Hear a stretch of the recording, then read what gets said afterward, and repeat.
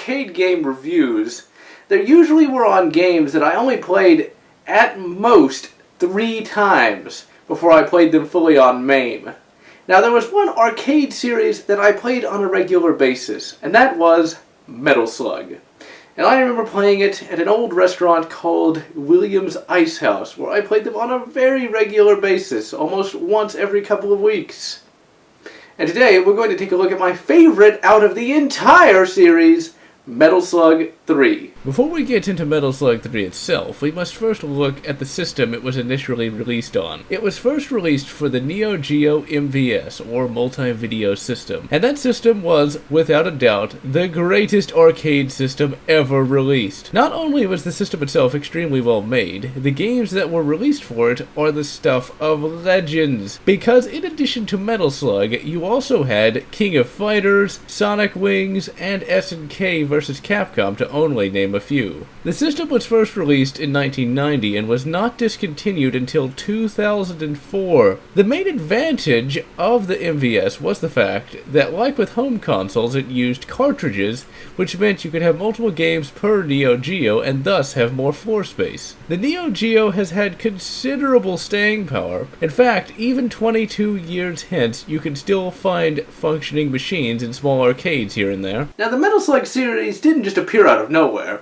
In fact, there were several games that could easily be considered proto-Metal Slugs. Cyberlip was released in 1990, and as you can see, it shares many similarities with the later Metal Slug games. The art style is fairly similar, and the gameplay is as well, except for the fact that you can die on contact with the enemy, whereas in Metal Slug, you do not. This game was pretty remarkable in its day, and really set the stage for what Metal Slug would become. The most notable Metal Slug predecessor was Gun Force 2. Essentially, this game is, without a doubt, a Metal Slug Zero. It was released in 1994, 1 year prior to Metal Slug, and this game had all the elements that would later go into Metal Slug. The art style, the gameplay, the musical style, and hell, even most of its sound effects are the same. I must admit, if this game were to be considered Metal Slug Zero, this would be my second favorite Metal Slug game. Both Cyberlip and Gun Force 2 were both so similar because they were developed by the same people who would later go on to develop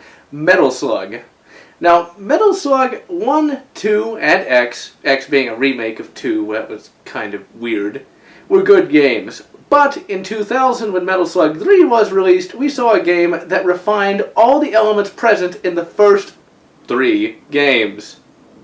And so now, let's take a look at the gaming perfection that is Metal Slug 3. The gameplay is that of a standard side-scroller. You run to the right and kill everything in sight. Unlike with the earlier Contra games, you do not die immediately upon contact with the enemy. Rather, if you don't act quickly, they will stab you with a knife. The game does, of course, have the one-hit kill rule. And believe me, back in the day, you could sink quite a few quarters into this game and get absolutely nowhere. In order to get power-ups, you have to rescue prisoners, who are somehow able to hide weapons in their pants. Yeah, that doesn't really bear thinking about.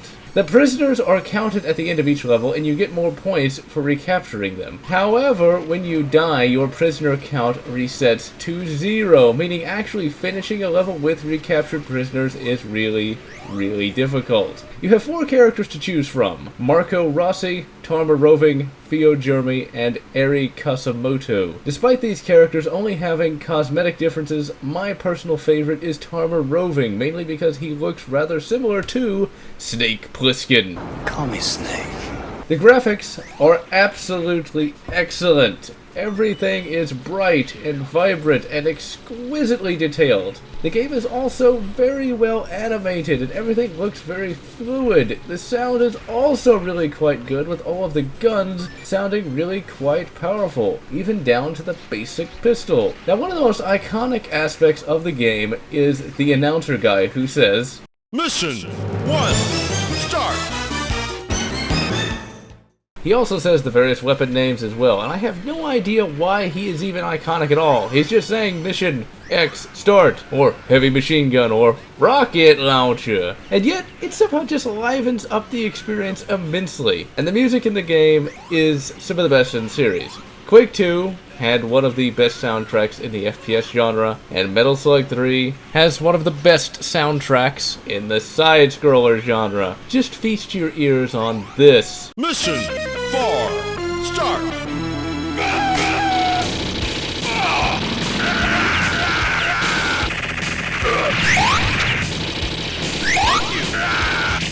Rocket launcher!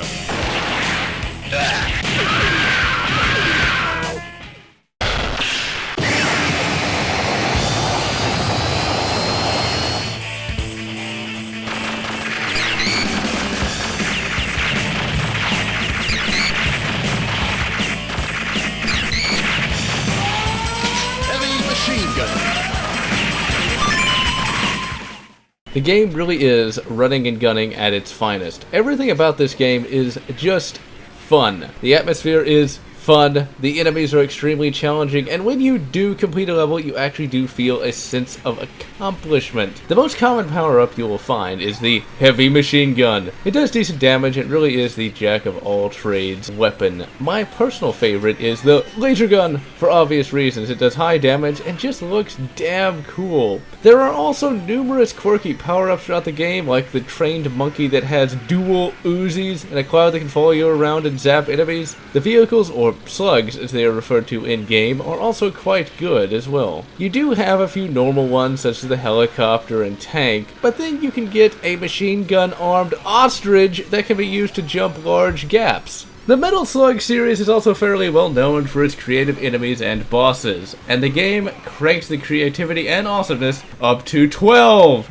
In the first level, you face mutated crabs, then you have to face mutated bugs! And this is just the first level. Believe it or not, it gets even more awesome later on. The levels in Metal Slug 3 have been improved from earlier iterations. In this game, you can actually come to forked paths, and they take you to different locations. You can either get more power-ups and rescue more prisoners. The boss for the first level is a giant mutated crab with a giant cannon on its back, and he is just the first boss. It can only get better from here. The next level has you facing zombies. Yes, Metal Slug just got even more awesome. The Zeds can take quite a few hits to put down, and there's also an added challenge. You can try to save the various non-zombified humans. You don't get points for it, but you do get an inflated sense of self-satisfaction. That's one of the things about games in the past. There were things you could do that were really difficult, but were ultimately pointless, as they didn't give you any real reward.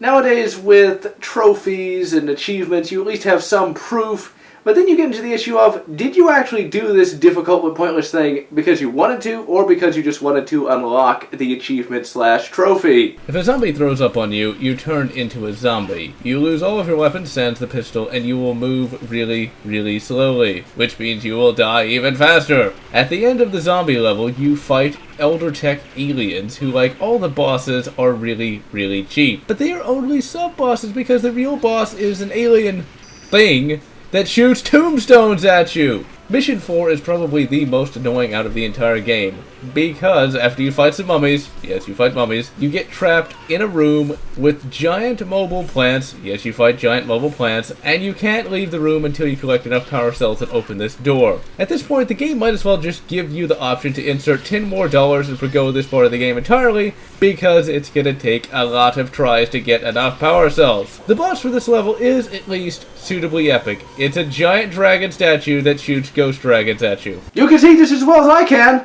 I'm not making this up! The dragon statue boss is cool and cheap, just like the others. Later in the game, you fight the main antagonist of the series, General Morden, and he is rather difficult to fight. But just when you think you haven't won, it turns out he was an evil octopus alien in disguise! And then the game goes into its final wallet-rending mission. You better get a second mortgage, because damn, this level needs a lot of quarters. And so after learning that General Morden was being impersonated by a evil octopus alien, you get captured. And so it's up to one of the other characters to rescue him. The cutscene that plays is epic to say the least. You and General Morden's army blast off into space to fight the alien menace, and the game then turns into a vertical shooter and gets even more difficult. So after you fight through the ship and save your original player character, you then have to fight the final boss as you are falling through the atmosphere. The final boss is a giant brain, and he takes a lot, and I mean a lot of damage. And after you kill him, you slam into the ocean, and the surviving Morden soldiers congratulate you, and in a move that carries a surprising amount of emotional weight, your character throws their gun into the sea in disgust, because let's face it, they are still mortal enemies, and it's implied that the Morden army caused a huge number of deaths. And in the end, you really wouldn't want to be congratulated by Nazis, would you? And so that is Metal Slug 3, one of the greatest games of all time, and I highly recommend acquiring it. Now, I personally prefer the MAME version, but you can also get it on the PS2, the PSP, and I think just recently, Metal Slug 3 was released for the Xbox Live Arcade. And so this is GeneralLotz, wishing you good Gun Force 1! Good Super C, or whatever makes you happy. Mission all over.